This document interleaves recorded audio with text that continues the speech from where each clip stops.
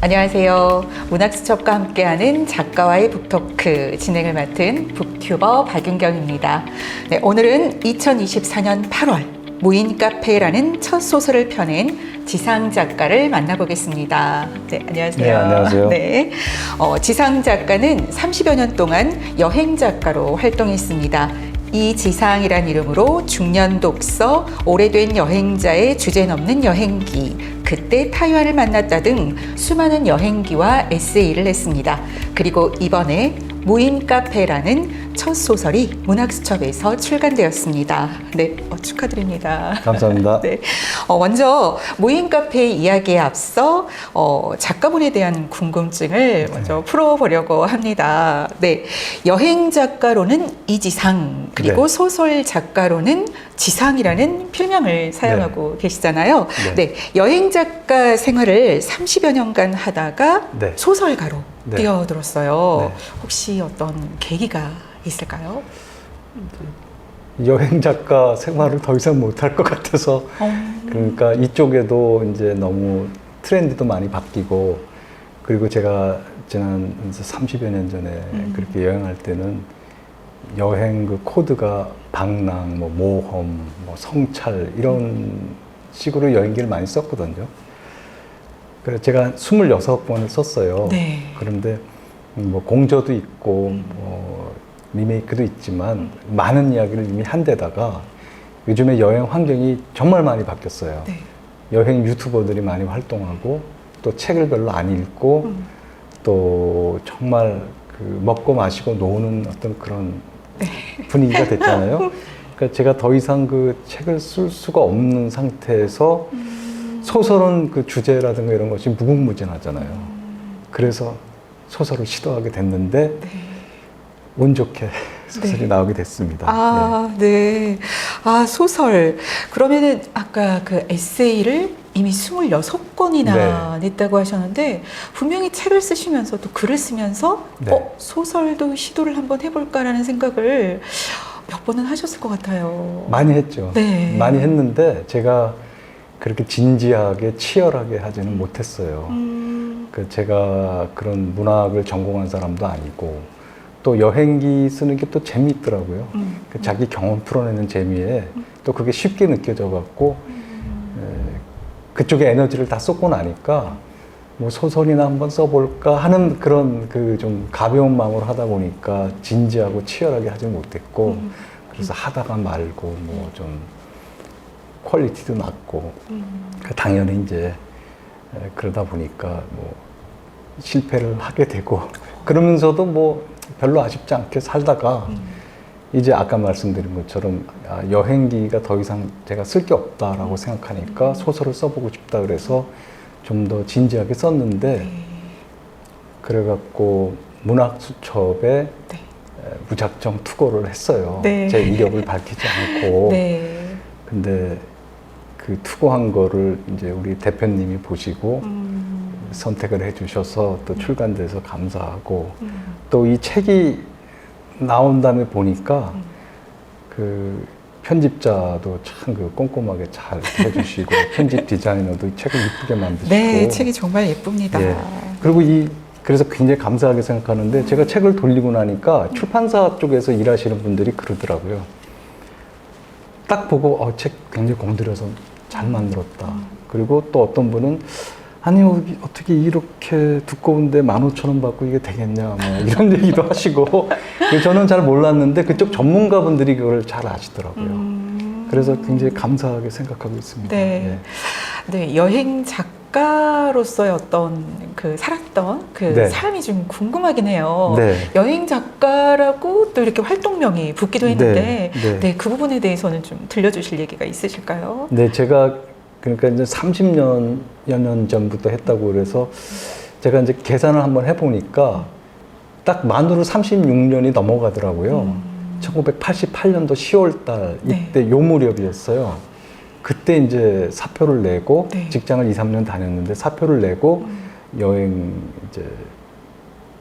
여행의 길을 떠났죠. 그리고 지금 생각해 보니까 36년이면은 일제 강점기가 35년 몇 개월이니까 지금 생각하면 그 해방됐을 때 그런 분들이 뭐 고종황제 시절 얘기하고 옛날 뭐 안중근 의사가 이토 히로부미 처단하고 뭐 다 그만한 간격인데 근데도 제가 느끼기에는 바로 엊그제 같아요. 그 30대 초반에 그런 세월이. 그리고 제가 이제 나이를 종종 밝혀요. 그래서 제가 이 베이비 부모 세대의 그 대표적인 그 1958년생이고 만 66세 넘거든요. 네, 30여 커밍아웃을 년 이렇게 동안 하다 보니까, 예. 네, 그래서 해주시네요. 저는 이제 이런 나이는 숨기지 않고 하는데 그래도 뭐 하고 싶은 얘기는 인간과 사회는 그 본질은 같다 이렇게 생각을 하고 다만 이제 젊은 분들한테 더 가깝게 다가가기 위해서 제가 노력을 해야 될 부분이 많다 항상 이렇게 생각을 하고 있죠. 네, 아까 그 사표를 내셨다고 하셨잖아요. 네, 네. 그러면은 이미 젊으셨을 때 네. 직장 생활을 하시다가 네. 그러니까 얘를 안정적인 생활을 하다가 네. 뭔가 이제 사표를 던지셨어요. 네. 실행력에 어떤 열정이 느껴지기도 하는데요. 왜 그렇게 결단을 내리게 되셨을까요? 근데 제가 원래 그 중고등학교 시절 때부터 세계 여행을 하고 싶어 했어요.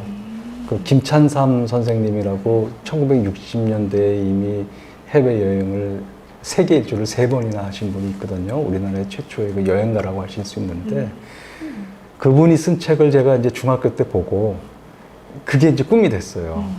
그래서 얼마나 그게 하고 싶었는지 고등학교 때는 제 혼자 인천 내려가서 밀항을 어떻게 한번 해볼까. 실행은 못했어도 그 정도로 그런 게 있었어요.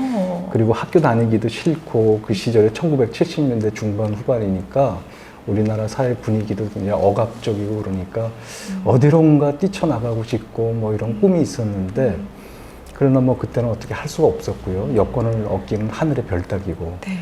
그러다 1988년도 7월 1일부가 딱 그때 만 30세 이상이 여행 자유화가 됐고요. 1989년 1월 1일부터 완전 해외여행 자유화가 됐어요. 근데 1988년 7월 1일이 딱 됐을 때 제가 만 30세를 넘겼어요. 그래서 직장 다닐 때 여권을 내갖고 대만을 8박 9일 동안 여행을 했는데 첫 여행이 예, 첫 여행이요. 첫 해외여행이죠. 근데 그때는 뭐 정보도 없고 가이드북도 없고 인터넷도 없던 시절이거든요. 근데 너무너무 재밌는 거예요. 그 좌충우돌의 네, 여행이. 네. 그래갖고 갔다 오고 나서 이제 예전부터 갖고 있었던 꿈을 실현하자 하고 그러고 나서 이제 사표 내고 여행을 떠났는데 네.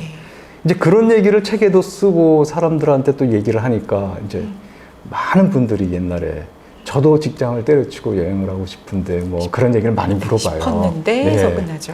그래서 제가 한 20, 30년 전에는 좀 가시라고 막 그런 네. 식으로 얘기를 했어요. 근데 어느 순간 이제 여행이 환경이 변하니까 좀 그런 거를 어떤 모험 뭐 이런 게 없어졌더라고요. 네. 그래서 제가 걱정이 되는 게 이제 직장 그만두고 가서 그냥 먹고 놀고 막 이러다가 돌아오면은 굉장히 힘들거든요. 저도 그런 길을 걸어왔고 그게 낭만적이지만이 않습니다. 네. 정말 어려운 거는 그 글 쓰는 거나 뭐 여행이 어려운 게 아니라 삶인 것 같아요. 네. 생존. 그래서 그거를 제가 이제 정말 그 36년 동안 이제 그걸 겪어오면서 살았기 때문에 요즘에는 사람들한테 어느 길을 택하든 간에 죽기 살기로 살아라. 비즈니스를 하든 직장을 다니든 그렇지 여행 갔다 오고 해결되는 거 아무것도 없다. 이제 저는 오히려 그렇게 얘기를 해줘요, 요즘에. 네. 그래서 이 지금 무인 카페 그것도 보면은 조금 그 카페라는 데서 오는 어떤 그런 것 때문에 좀 달달한 느낌이 들기는 하지만 네. 사실 거기 있는 핵심 메시지는 열심히 살아라입니다. 최선을 다해서 자기 자신을 극복하고 살아야 된다는 이제 그런 메시지거든요. 지금 하신 말씀들이 지금 무인 카페에 다양한 그 연령대 그 이야기들과 다 예. 맞물려 있는 네, 것 같고 맞습니다. 네. 아까 죽기 살기로라는 말씀하셨는데 네. 저는 그 에피소드가 생각나는데요. 네. 그 40대 부부가 이혼 위기를 맞고 네. 야무진 딸이 있었는데 결국은 이 부부가 네. 이혼 위기에 있다가 여행을 각자 떠나면서 죽기 살기로 여행을 하다가 그렇죠. 결국 해피엔딩을 맞이하잖아요. 네. 뭔가 이렇게 이야기가 같이 돌아가고 인도 있다라는. 그 바라나시 화장터에서 만나서 서로 울고 막 그런. 맞습니다. 저는 그 장면이 아주 생생하게 그려졌는데 네. 이미 무인 카페 조금 이렇게 소개를 해주신 것 같아요. 네. 좀 이야기 안으로 한번 들어가 볼까요? 네. 무인 카페 실제 존재하는 장소인가요? 안녕하세요. 소설가 지상입니다. 2024년 8월에 문학수첩에서 제가 이 무인카페라는 소설을 냈는데요. 오늘 이 무인카페 소설의 현장이 된 카페무 24시 이쪽을 소개해 드리겠습니다. 네, 우리 동네에 있는 카페예요. 네, 그래서 제가 우연히 발견하고 그곳에 종종 들렀는데 분위기가 아주 좋아요. 그리고 24시간 카페다 보니까 사람들이 많이 오기는 하지만 시간이 많으니까 조금씩 와서 항상 가면은 좀 한적하고 음악이 흐르고 그리고 그 사람들이 그 카페 안에 그 노트가 있어요. 노트가 구비되어 있군요. 네네. 그러면 그 노트에다가 자기 뭐 이야기도 쓰고 낙서도 하고 그림도 그리는데 제가 그곳을 드나들다가 그걸 보면서 소설 영감도 떠올리고 그랬죠. 그리고 가보면은 뭐 쪽지도 있고 또 뭐 그 커피가 참 맛있어요. 그 카페 라떼도 참 맛있고 그런데 네. 그래서 제가 지금도 거기를 가면은 소설 쓰고 난 다음에도 그 주인공들이 거기 막 나타날 것 같은 그런 분위기고 그래서 네. 제가 굉장히 좋아하는 곳입니다. 네, 그래서 그러면 무인 카페 소설 이야기, 줄거리나 네. 이런 내용도 좀 간략하게 같이 네. 소개를 해주시면요. 그 제가 이제 거길 다니다가 그 노트를 보면서 영감을 얻었는데 네.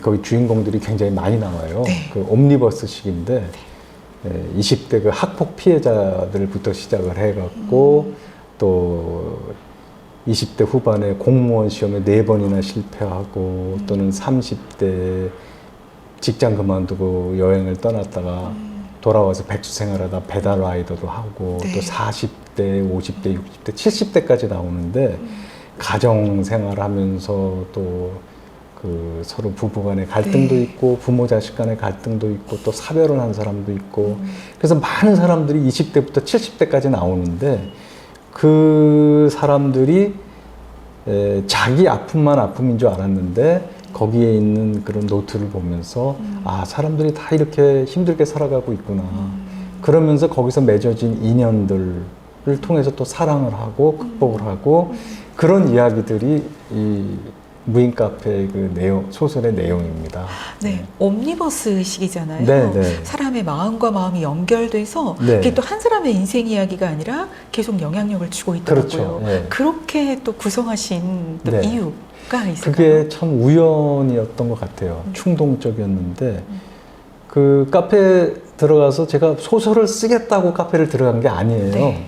그리고 예전에 그 소설을 좀 습작을 하고 그럴 때는 제가 이제 소설 작법 뭐 그런 책 같은 걸 이제 보면서 주제 뭐 인물 사건 배경 뭐 이런 걸 생각을 하면서 계획을 짜갖고 하고 그랬는데 그게 잘 안 되더라고요. 굉장히 힘들고 일처럼 여겨지더라고요. 아 그래서 나는 이 소설에 재능이 없다.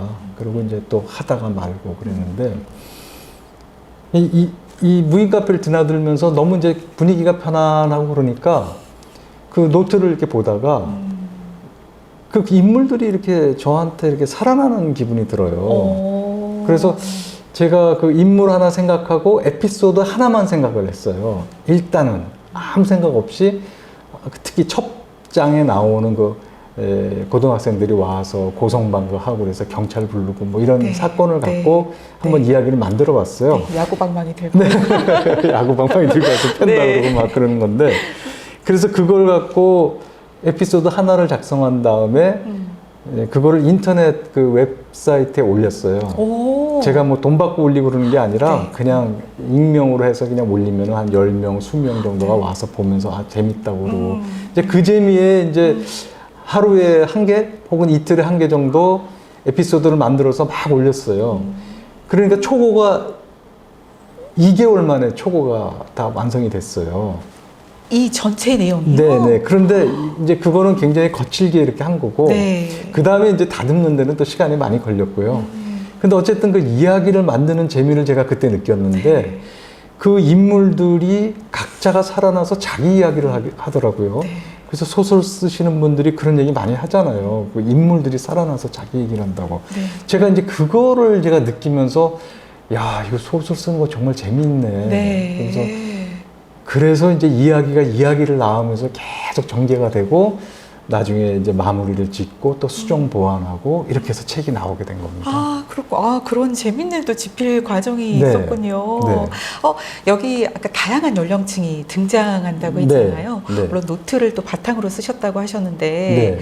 혹시 그 외에 작가님의 경험담? 혹시 네. 애정을 갖고 있는 인물들도 있을까요? 아니 근데 이거를 쓰고 나니까 네. 이제 주변에서 저를 잘 아는 사람들, 제 네. 이제 아내 같은 경우에는 아니 뭐 여자 남자 남녀노소 할 거 없이 다 자기 얘기가 들어가 있다고 그러는데 무슨 홍길동 1, 홍길동 2 하는 식으로 분진술 쓴 것처럼. 네. 근데 실제로 이렇게 보면은 저의 그 성향이 조금씩 들어가 있는 것 같아요. 조금이 아닌 것 조금씩. 같습니다. 아닙니다. 그 조금씩 들어가고 그다음에 제가 들었던 이야기라든가 주변 사람들 얘기가 다 들어오는 거예요. 그러면서 캐릭터가 자연스럽게 만들어지는데 너무 재밌더라고요. 그냥 저도 모르게 막 솟구치는 그런 재미가 있더라고요. 그래서 아 이거 왜 그럴까 봤더니 제가 나이 든 사람의 그 단점이라는 것이 이제 약간 그 자기 옛날 경험에 사로잡혀 갖고 이 시대를 못 맞춰가는 그런 것도 있지만 경험이 많다 보니까 아 이야기는 참 많이 있구나 네. 그런 생각이 들었고 또 젊은 분들 쓴 소설 보면은 문체도 신선하고 굉장히 그 치열하고 이런 게 있는데 저는 그 아직 그런 게 많이 부족한 것 같아요. 그런데 이야기 만드는 거는 저는 참 재밌었다. 그래서 앞으로도 이야기 위주로 많이 써보고 싶다 이런 생각을 했습니다. 굉장히 하나하나 이야기가 디테일하게 들어가서 아, 그렇습니까? 네, 다 흥미롭게 네, 저는 제 읽었었는데 경험이 좀 많이 들어가는 측면도 있고 남의 경험도 갖다 쓰고요. 아, 네. 네. 왜 그 소설에 등장하는 인물들이 네. 결국은 엄청난 치열한 과정을 겪고 네. 사랑으로 귀결이 되더라고요. 아, 네네, 네, 맞습니다. 저도 이 책 읽으면서 왜 아까도 말씀해 주셨지만 저는 비행 청소년에 대한 다큐멘터리인 줄 알았어요. 아, 처음에 그러세요? 네, 아. 그랬는데 막판에 딱 계속 읽고 인물이 나서는 바뀌고 있죠. 네, 뭐야 로맨스로 마무리가 돼서 네. 이거 뭐지? 이런데 사랑으로 마무리가 되고 해피엔딩이에요. 네. 그래서 한편으로는 의구심도 들었어요. 좀 반항심 일기도 하고 네. 아니 왜 인생이 다 이렇게 해피엔딩으로 아, 끝날 네, 수 네, 있나? 네. 이런 생각도 들면서 네. 이게 작가의 생각일까? 네. 왜 모든 게 다 해피엔딩으로 귀결될 네. 수 있다고 생각하나? 네. 궁금했습니다. 그러니까 저도 이제 그런 스스로 생각도 했고 또 그런 이야기도 들었거든요. 사실 현실이 어떤데 아니 이렇게 선한 마음으로 뭐 전부 다 이렇게 끝나는 세상은 네. 아니지 않은가. 네. 그리고 저도 뭐 세상을 보는 것이 약간 좀 디스토피아적으로 보는 네. 게 많아요. 네. 좀 예민하고 어디 바깥에 나가기만 해도 아 사람들이 왜 이렇게 예의가 없어, 왜 이렇게 휴대폰을 아무 데서나 크게 얘기하고 그래, 그래서 짜증을 내는 게 참 많아요. 네. 그러다 보니까 또 요즘 끔찍한 사건들도 많이 나잖아요. 맞습니다. 그래서 아 이렇게 쓰는 것이 과연 그 너무 뭐 달달한 얘기 해갖고 뭐 위로를 해서 치유를 하고 그래서 뭐 그러면 사람들이 많이 좋아하고 그럴까봐 쓰는 건가 스스로도 질문을 해봤는데 제가 그런 거는 아닌 것 같더라고요. 그렇게 한다고 해서 요즘에 세상에 뭐 책을 많이 보는 것도 아니고 너무 제가 책을 많이 내봐서 잘 압니다. 네. 그래서 그러면 왜 이렇게 쓸까를 이제 쓰면서도 생각을 해봤어요. 네. 근데 제 생각을 좀 정리하자면 이런 겁니다. 그 요즘에 그 판타지 소설이 많이 유행하잖아요. 네. 젊은 분들은 그 판타지 좋아하고 그 대개 보면 환생, 빙의, 귀신 뭐 이런 것들 많이 네. 나오고 근데 그것도 다 이유가 있고 우리가 현실이 각박하니까 그 약간 도피 심리도 있고 숨 막힌 깝깝한 거를 이렇게 탁 뭐 이렇게 다른 세계를 탐험하고 싶은 생각도 있고 그래서 그런 게 있는데 저는 이 현실 자체를 좀 판타지로 보고 있어요. 지금 현재. 네. 네. 그게 왜 그러냐면은 젊은 시절에는 현실은 너무 치열한 각박한 현실인데 이제 나이가 들고 보니까 부모님 돌아가시고 또 제 또래들도 먼저 가는 친구들도 있고 또 인생 선배들이 이제 10년, 20년 다 가시는 걸 보니까 아 이게 정말로 이제 곧 가는구나 하는 게 피부로 느껴지고 그리고 뭐 불교에서도 재행무상이니 모든 것이 변하고 덧없다. 또 플라톤도 뭐 이데아 참존재의 세계가 있는데 이 현실은 다 그림자다. 이제 그게 피부로 느껴지더라고요. 그러니까 아니 현실이 판타지지 그 뭐 뭐 판타지를 어디서 찾겠는가 이런 생각도 들었고요. 또 하나는 우리가 그 현실 인식한다는 것 자체가 결국은 이런 시각, 청각, 후각 뭐 이런 걸 통해서 인지를 해서 그 뇌 안에서 그 신경세포인가 그 뉴런이 뭐 1000억 개가 있다고 그러더라고요. 그것들이 전기화학적 신호를 일으켜서 성운처럼 만들어지는 그런 집합체가 우리가 기억이라고 그러는데요. 그렇다고 한다면은 그 안에 만들어지는 그 기억의 세계는 그렇게 해서 인식하는 우리 현실인 각자가 다 다를 거고 각자의 경험이 다르기 때문에 그럼 우리 전부 다 자기 판타지 갖고 사는 게 아닌가. 우리가 공유하는 것 같지만 사실은 자기 세계, 자기 다른 행성 속에서 자기 세계를 살고 있기 때문에 그렇다고 한다면은 이 현실 자체가 판타지니까 저는 이제 제가 제 작품을 이제 제가 자꾸 이제 생각을 하는 거죠. 아, 이거는 리얼리즘적 판타지다. 이렇게 말을 만들었어요. 왜냐하면 리얼리즘적으로 접근을 하는데 네. 해피엔딩으로 끝나는 건 판타지다. 네. 이거는. 그런데 저는 요즘의 세상이 너무 디스토피아적이고 너무 험하고 그 이상한 그런 것들이 너무 심하다 보니까 나는 리얼리즘적으로 선한 판타지를 만들고 싶다는 생각으로 했어요. 그러니까 사람들이 이제 이걸 갖고 아니 실제가 이럴 수 있냐 하면은 저는 아니다고 저도 그렇게 생각하지 않는다고 다만 판타지로서 이런 거를 많이 전파하고 싶다. 그래서 모차르트나 바흐의 그 음악이 이게 현실을 반영하는 건 아니잖아요. 맞습니다. 너무 아름답고 네. 그 질서와 조화의 세계잖아요. 네. 그래서 이런 세계를 많이 보여주고 싶다는 어떤 열망이 있었어요. 그래서 이런 걸 쓰게 된 거예요. 저도 이제 처음엔 그런 거 몰랐어요. 쓰면서 생각을 하고 쓰고 나서 생각을 해봤어요. 그러면 이 무인 카페 안에 그 메시지도 네. 달달한 미로나 뭐 우리가 선하게 살면 다 이렇게 될 거야. 뭐 이거 저 싫어합니다. 그거는 아니고 너무 현실이 팍팍하다는 걸 아니까. 그러나 이러한 기운이라든가 이런 선하고 아름다운 세계를 많이 전파하고 싶다는 생각이 들고 그걸 쓸 때 제가 굉장히 기분이 좋았어요. 제 마음이 선해지고 네. 그래서 읽는 분들한테도 그것이 전파됐으면 좋겠다. 그래서 이런 걸 쓰게 된 것 같아요. 네, 그건 충분히 저도 전파가 된 것 같습니다. 근데 읽으면서 기분은 좋았습니다. 의구심은 들었지만. 예. 네, 네. 여러분은 지금 문학수첩과 함께하는 작가와의 북토크, 네, 무인 카페의 지상 작가와 함께하고 계십니다. 네, 이번에는 소설 속 인물로 들어가 볼게요. 네. 알베르토와 엘프의 이제 사랑 이야기가 나오는데 네. 우선 그 작가 지망생인 알베르토가 네. 언어에 대해서 부정적인 시각을 가지고 있다가 화해하는 네. 그런 장면이 있잖아요. 네. 혹시 한번 그 부분을 읽어주시면서 좀 이야기를 풀어주셔도 좋을 것 같습니다. 그 전에 그 이제 안 읽어보신 분들이 조금 오해하실 수 있어서 말씀드리면 알베르토는 한국 사람입니다. 네. 그 스페인어 학원 다니다가 스페인어 학원 다니면은 그 이름을 정하거든요. 제가 알베르토였어요. 실제로 스페인어 다니면서 몇 개월 다녔지만. 그리고 이제 엘프는 그 버지니아 울프에서 네. 왔는데 그걸 네. 엘프로 바꿔서 네. 이제 요정처럼 부르고 네. 한국 사람들입니다. 네. 그 알베르토가 그 언어에 대해서 굉장히 부정적인 생각을 갖고 있는데 이것은 저도 마찬가지의 그 생각인데요. 그 나중에 이제 긍정적인 쪽으로 이제 생각을 하게 됩니다. 그 부분을 제가 한번 읽어보겠습니다. 어쩌면 마음이 따로 있는 것이 아니라 언어에 의해서 형성되는 것일지도 모른다고 그는 생각했다. 말이 씨가 된다는 말이 그의 가슴에 와 박혔다. 그는 자신이 선택한 단어 하나하나가 그 자체로 빛나고 행간에서 피어나는 모호한 상징이 사람들을 드넓은 세계로 이끌기를 바랐다. 또한 자신의 언어의 선함과 사랑스러움이 깃들기를 원했다. 나아가 자신의 존재 자체가 자신이 선택한 단어처럼 빛나기를 원했고 사람과 사람 사이에 피어나는 사랑이 자신을 이끌어가기를 간절히 염원했다. 이런 변화는 엘프에 대한 사랑에서부터 시작되었다. 네. 제가 조금 더 설명을 드리면 왜 알베르토가 언어에 대해서 부정적으로 생각하느냐 하면은 그 알베르토가 이 작중 인물 중에서 사회학을 전공한 사람이거든요. 그러니까 언어를 사회학, 뭐 철학, 언어학 관점에서 접근을 해요. 근데 그 언어라는 게 기호잖아요. 네.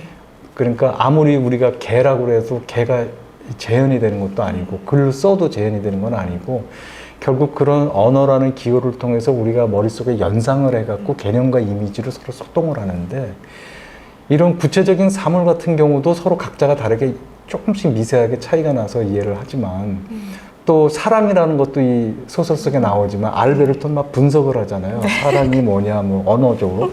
근데 결국은 그게 동어 반복이고 관념 언어의 그 순환밖에 안 되잖아요.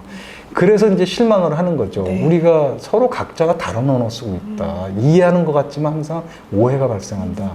그런데 이것이 사회적인 영역으로 나와서 사회 정의, 민주주의, 국가, 민족 뭐 이런 것들로 나오면은 결국은 각자가 다르게 생각을 하고 그 다음에 결국은 끼리끼리 모여서 그걸 주장하는데 그 속에 있는 걸 보면은 말로는 다 공정하고 뭐 좋은 얘기를 다 하지만 사실은 그 안에 자신의 이익, 욕망, 집단의 이익 그런 걸 갖고 서로 끼리끼리 뭉쳐서 서로 싸우는 그런 것이 지금 현대에 일어나고 있는 일들 아닌가. 그래서 언어를 굉장히 싫어해요. 그런데 나중에 이제 알베르토가 그 작중에서도 이제 소설을 쓰면서 느낀 것이 그래도 언어야말로 인간이 동물과 다른 점이고 그 다음에 그 아까 읽어드린 것처럼 네. 언어가 그 말이 씨가 된다고 좋은 언어를 쓰면 사람 마음에 선함과 사랑스러움이 자라고 그리고 그 언어를 통해서 과거, 현재, 미래가 이어지고 문명이 네. 발전하지 않는가. 그래서 이 문학이라든가 시나 소설 이런 영역이 얼마나 소중한가를 깨닫게 되는 게 나옵니다.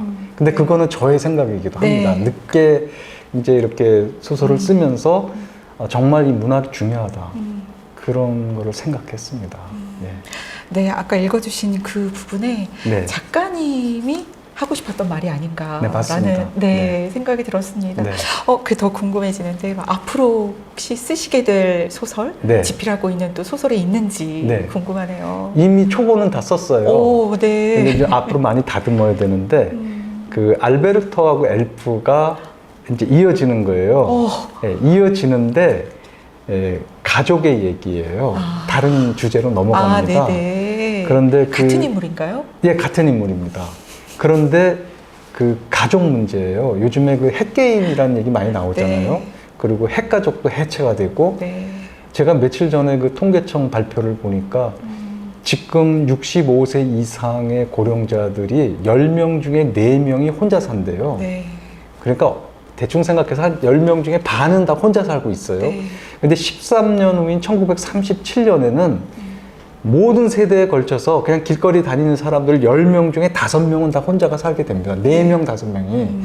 그러면 이 1인 가구라는 것이 이제 우리한테 보편화가 되고 있는데 이 1인 가구 핵가족 또 해체가 돼갖고 핵개인으로 살아가는 사람들의 이제 그것 때문에 뭐 사회적으로 경제적으로 문제가 많다고 그러지만 저는 이제 초점을 맞추는 것이 이 사람들의 의식, 라이프 스타일, 고독, 또 뭐 고독사 뭐 이런 문제가 많이 나오잖아요. 그러면은 사람들이 어쨌든 개인의 자유와 권리를 좋아해서 혼자 살기를 원하지만 거기서 생기는 또 문제들이 많잖아요. 그럼 이 문제가 뭐냐?